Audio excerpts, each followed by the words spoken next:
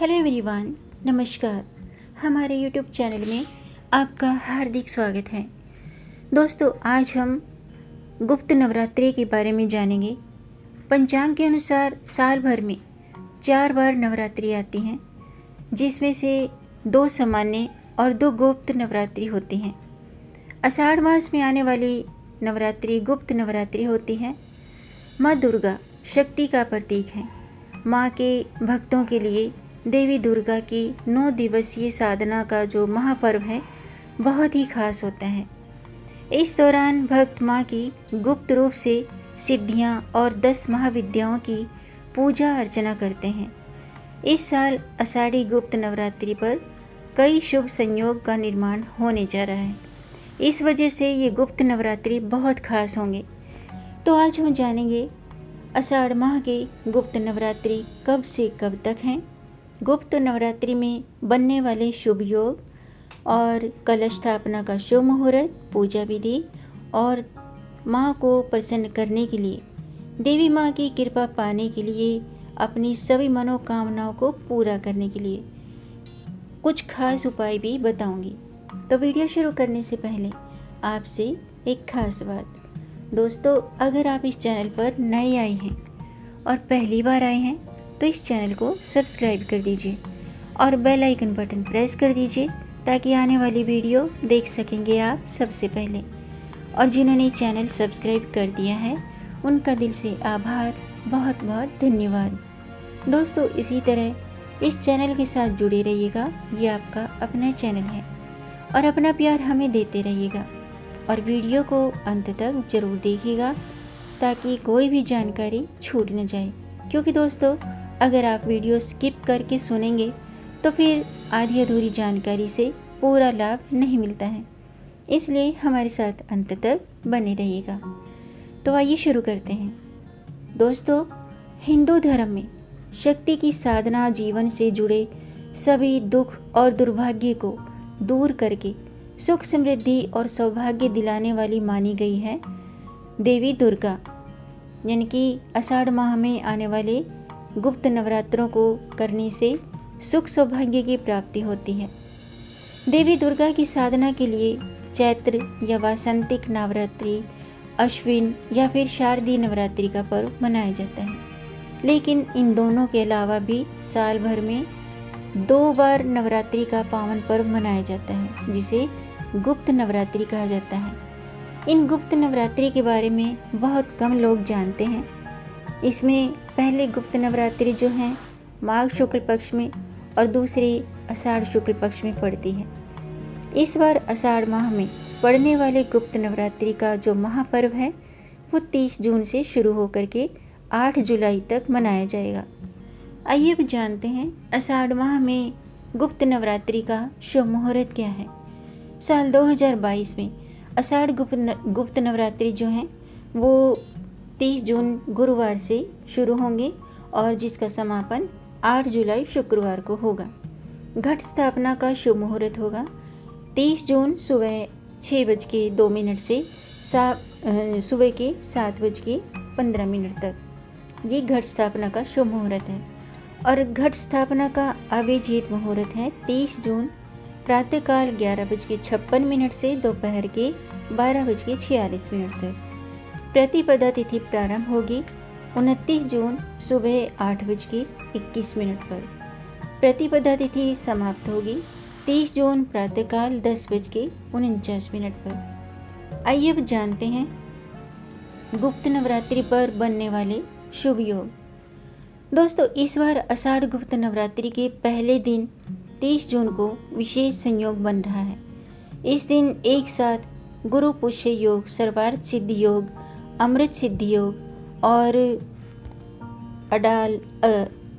अडाल और बिडाल, ये 2 योग बन रहे हैं। इतने सारे शुभ योग बन रहे हैं और ज्योतिष के अनुसार एक साथ इतने सारे शुभ योगों का जो बनना है वो बेहद शुभ संकेत देता है, बहुत शुभ संकेत माने जाते हैं। ऐसा माना जाता है कि यदि इन शुभ योगों में आप कोई भी काम शुरू करते हैं तो उसमें सफलता की जो संभावना है वो बढ़ जाती है। यानी कि कोई भी इन शुभ योगों में कोई भी काम शुरू किया जाए तो उसमें सफलता मिलने की संभावनाएं कई गुना अधिक बढ़ जाती हैं। आइए अब जानते हैं आषाढ़ माह के गुप्त नवरात्रि की पूजा विधि। दोस्तों, शास्त्रों के अनुसार गुप्त नवरात्रि में 10 महाविद्याओं की पूजा की जाती है। इस दौरान की गई माँ की साधना को गुप्त रखा जाता है। नवरात्रि के पहले दिन कलश स्थापना या घट स्थापना की जाती है। इस दिन सुबह जल्दी उठकर दैनिक कार्यों से निवृत्त होकर सभी पूजन सामग्री एकत्रित करें और माँ दुर्गा की प्रतिमा का श्रृंगार करें। उन्हें लाल रंग के वस्त्र पहनाएं।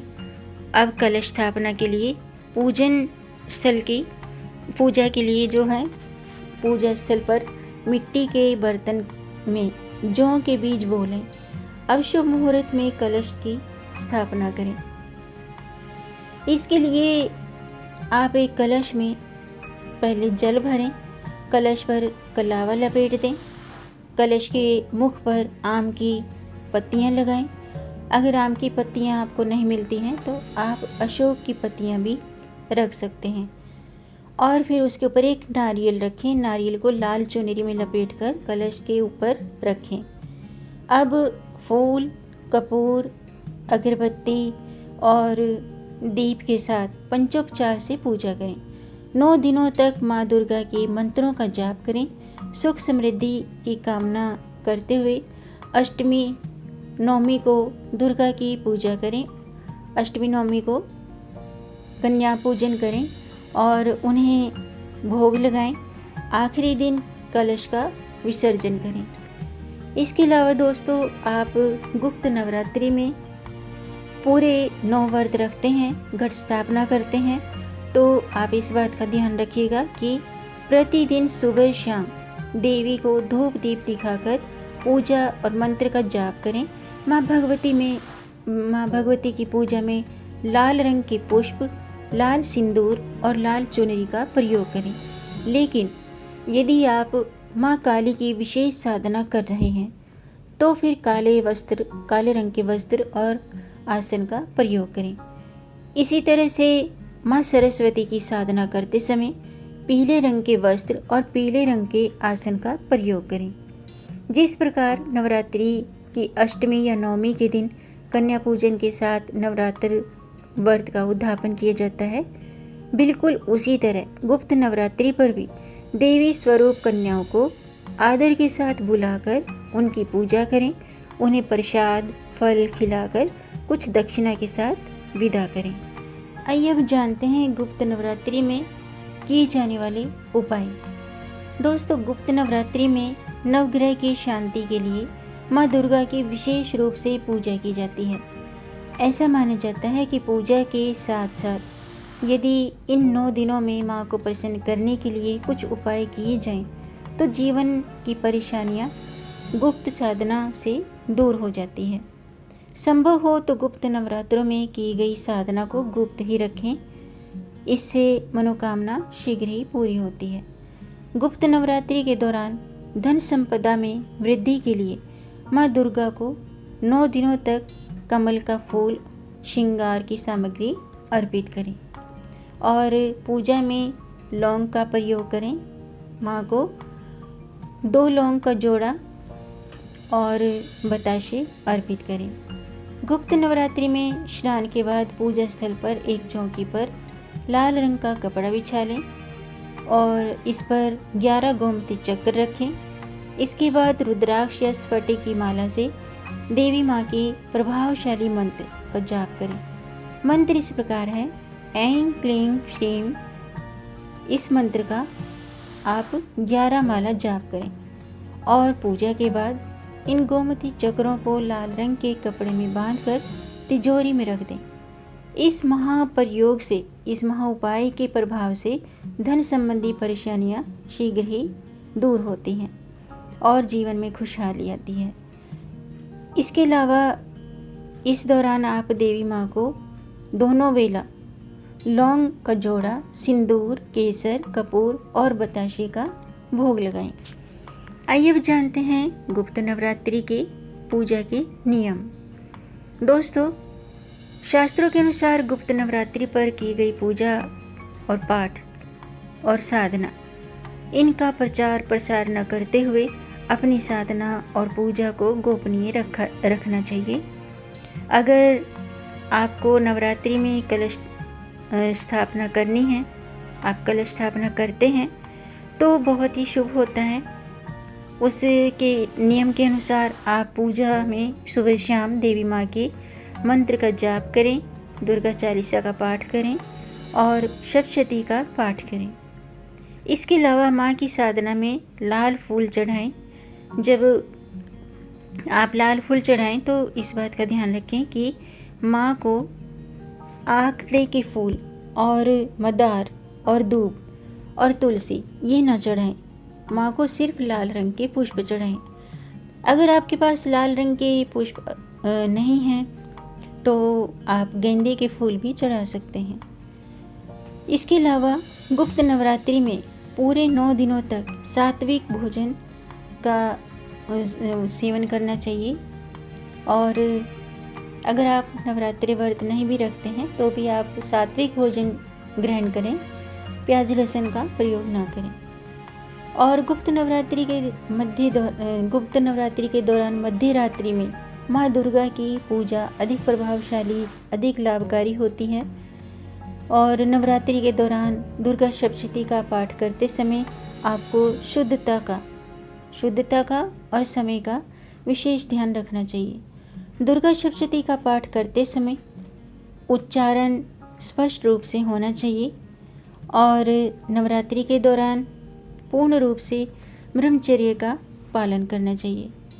गुप्त नवरात्रि के दौरान बाल, दाढ़ी, मूछ, नाखून ये नहीं काटने चाहिए। इसके अलावा इन 9 दिनों में घर पर आए किसी भी व्यक्ति का या ज़रूरतमंद व्यक्ति का अनादर न करें, ज़रूरतमंद व्यक्ति को खाली न लौटाएं। और अगर आपके घर के द्वार पर गौ माता आती हैं तो उन्हें आप अपनी सामर्थ्य के अनुसार हरा चारा या भोजन जरूर कराएं। गुप्त नवरात्रि में 9 देवियों के बजाय 10 महाविद्या की पूजा का विधान है। ऐसे में अपनी मनोकामना की शीघ्र पूर्ति के लिए देवी पूजा के दौरान दुर्गा सप्तशती और सिद्ध कुंजिका स्तोत्र का पाठ विशेष रूप से करना चाहिए। माना जाता है कि सच्चे मन से इस उपाय को करने से साधक के जीवन से सभी दुख दूर होते हैं और सुख समृद्धि प्राप्त होती है। तो दोस्तों, आज का वीडियो मैं समाप्त करती हूँ। उम्मीद है आपको ये जानकारी पसंद आई होगी। अगर आपको ये जानकारी, ये वीडियो अच्छा लगा हो तो आप इसे लाइक कर सकते हैं। दोस्तों, आपके लाइक से हमारा मोटिवेशन अप होता है, इसलिए वीडियो को लाइक कर दीजिए और इस जानकारी को आगे बढ़ाकर अपने फैमिली में, अपने फ्रेंड्स में ज़्यादा से ज़्यादा शेयर भी कर दीजिए। न जाने आपके द्वारा शेयर करने पर इस जानकारी से किसका भला हो जाए, तो वीडियो को ज़्यादा से ज़्यादा शेयर कर दीजिए। और अगर आपका कोई प्रश्न है या कोई सुझाव है तो कमेंट बॉक्स में ज़रूर लिखिएगा और मेरे चैनल को सब्सक्राइब जरूर कीजिएगा ताकि आने वाली वीडियो देख सकेंगे आप सबसे पहले। वीडियो को अंत तक देखने के लिए आपका बहुत बहुत धन्यवाद। मिलेंगे नई जानकारी के साथ, तब तक आप खुश रहें, स्वस्थ रहें, अपना ख्याल रखें और अपनों का भी ख्याल रखिएगा। जय माता दी, जय श्री हरि, हर हर महादेव।